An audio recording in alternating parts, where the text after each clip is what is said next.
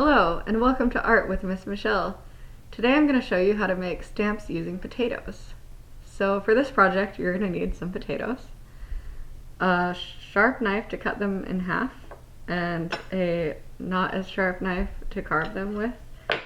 If you have any carving tools, you could use those too.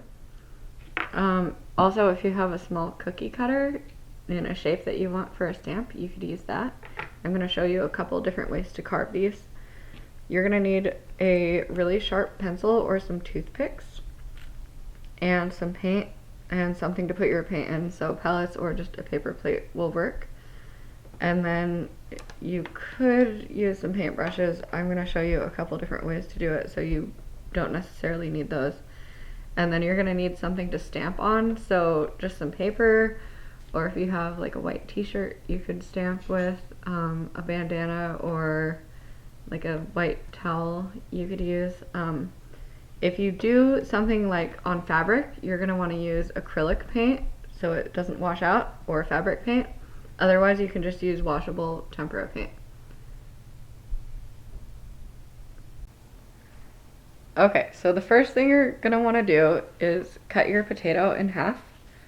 So remember, you're going to keep your fingers far away from the knife, or you can get one of your parents to help you with this. And you want to just try to cut it as straight as possible. And then you can use each half to make one stamp.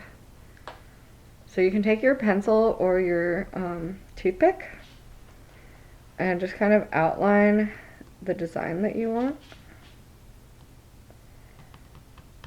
And it's a little bit hard to make a straight line, so you can just do the best that you can. So I'm going to make a little dragonfly. And I'm poking through kind of deep into the potato, because what I'm going to do is, after I have the shape, I'm going to carve around it with the butter knife. So if I carve deep into the potato with this or my pencil, then it should come off pretty easily.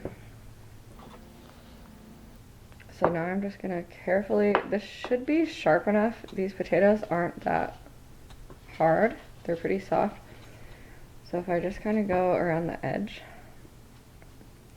and I'm not pressing very hard, I'm just going kind of gently.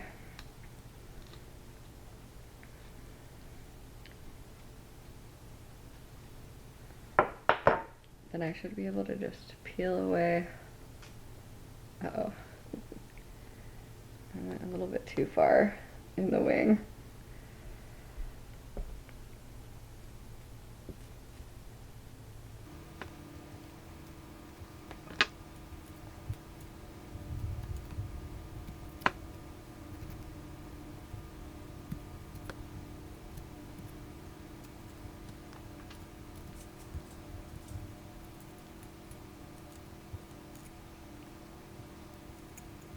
Well, it still looks pretty cool. My wings just got a little bit shorter, so when you go around, just maybe do it a little bit more gently. So I might just make this one a little bit smaller to match.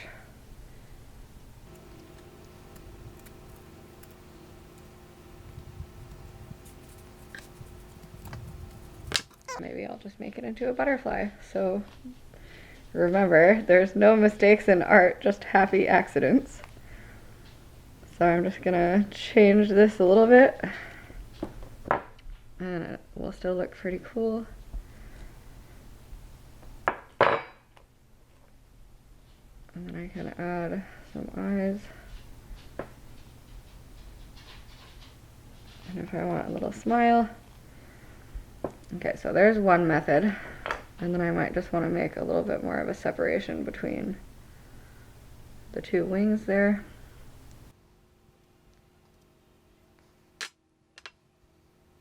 Okay, so the next method, if you have a little cookie cutter you can use. If you have like a star or a heart or a leaf or whatever kind of shape, as long as it's small enough to fit on the potato, you can just press it in. And I want to press it in pretty far. And then I'm going to leave it in, and I'm just going to carve around it. And this will help me from cutting into my shape.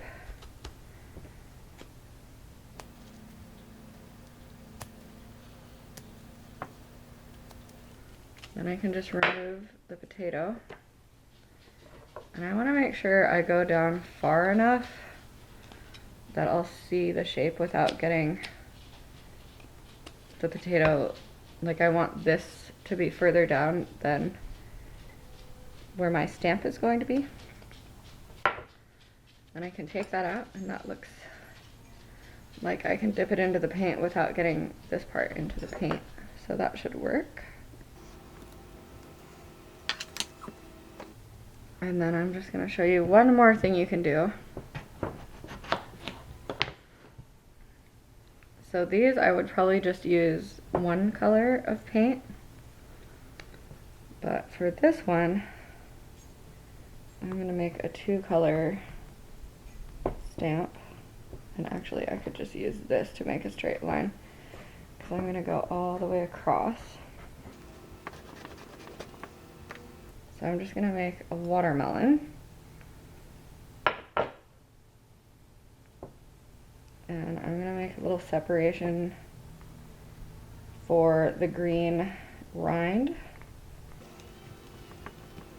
And then the inside is going to be the pink or red fruit part that you would eat. So I'm just going to make a little bit of a line to separate those two parts.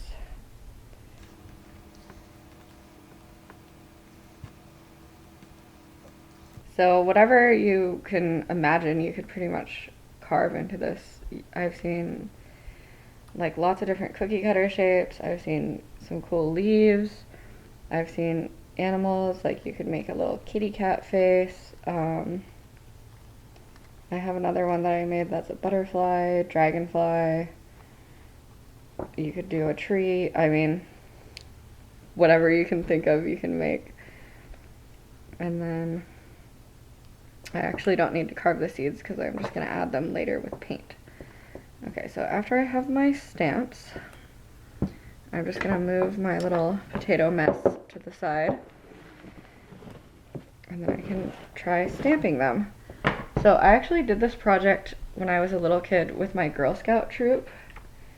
I was probably in like 4th or 5th grade. And we all shared stamps. So each person made one, and then we made a bandana with all the different stamps that everyone made. So if you have a brother or a sister, you could share. But I'm just gonna dip these in. I don't want to get too much paint on them.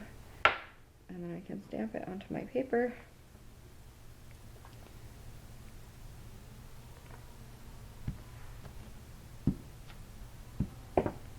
And if you start running out of paint, it kind of gives you a cool texture. Like that's with a lot of paint, and then with less paint, you get kind of the texture of the potato. So you can just stamp these as many times as you want. And actually, for this project, a paper plate might be better, but then if you have one that's going to take multiple colors, what you can do is just take your paintbrush and paint where you want each color to be.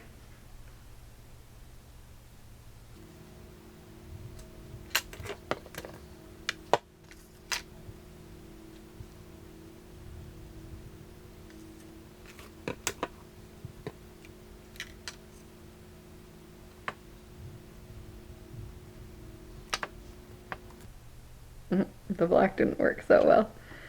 So maybe what I would do is just, after I do the red and green, I could add the black onto my paper.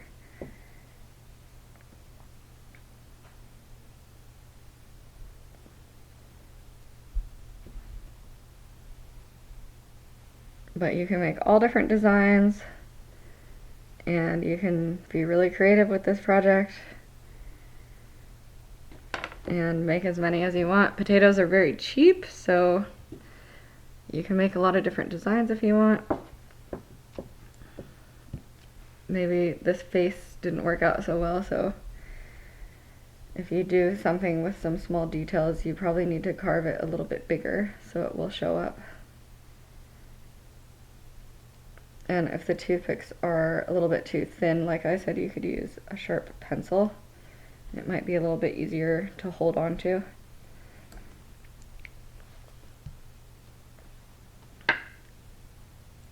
And just stamp away. And if it's hard to make a picture on here, you could just make some cool different textures or designs. It's just really fun to get in and carve the potato.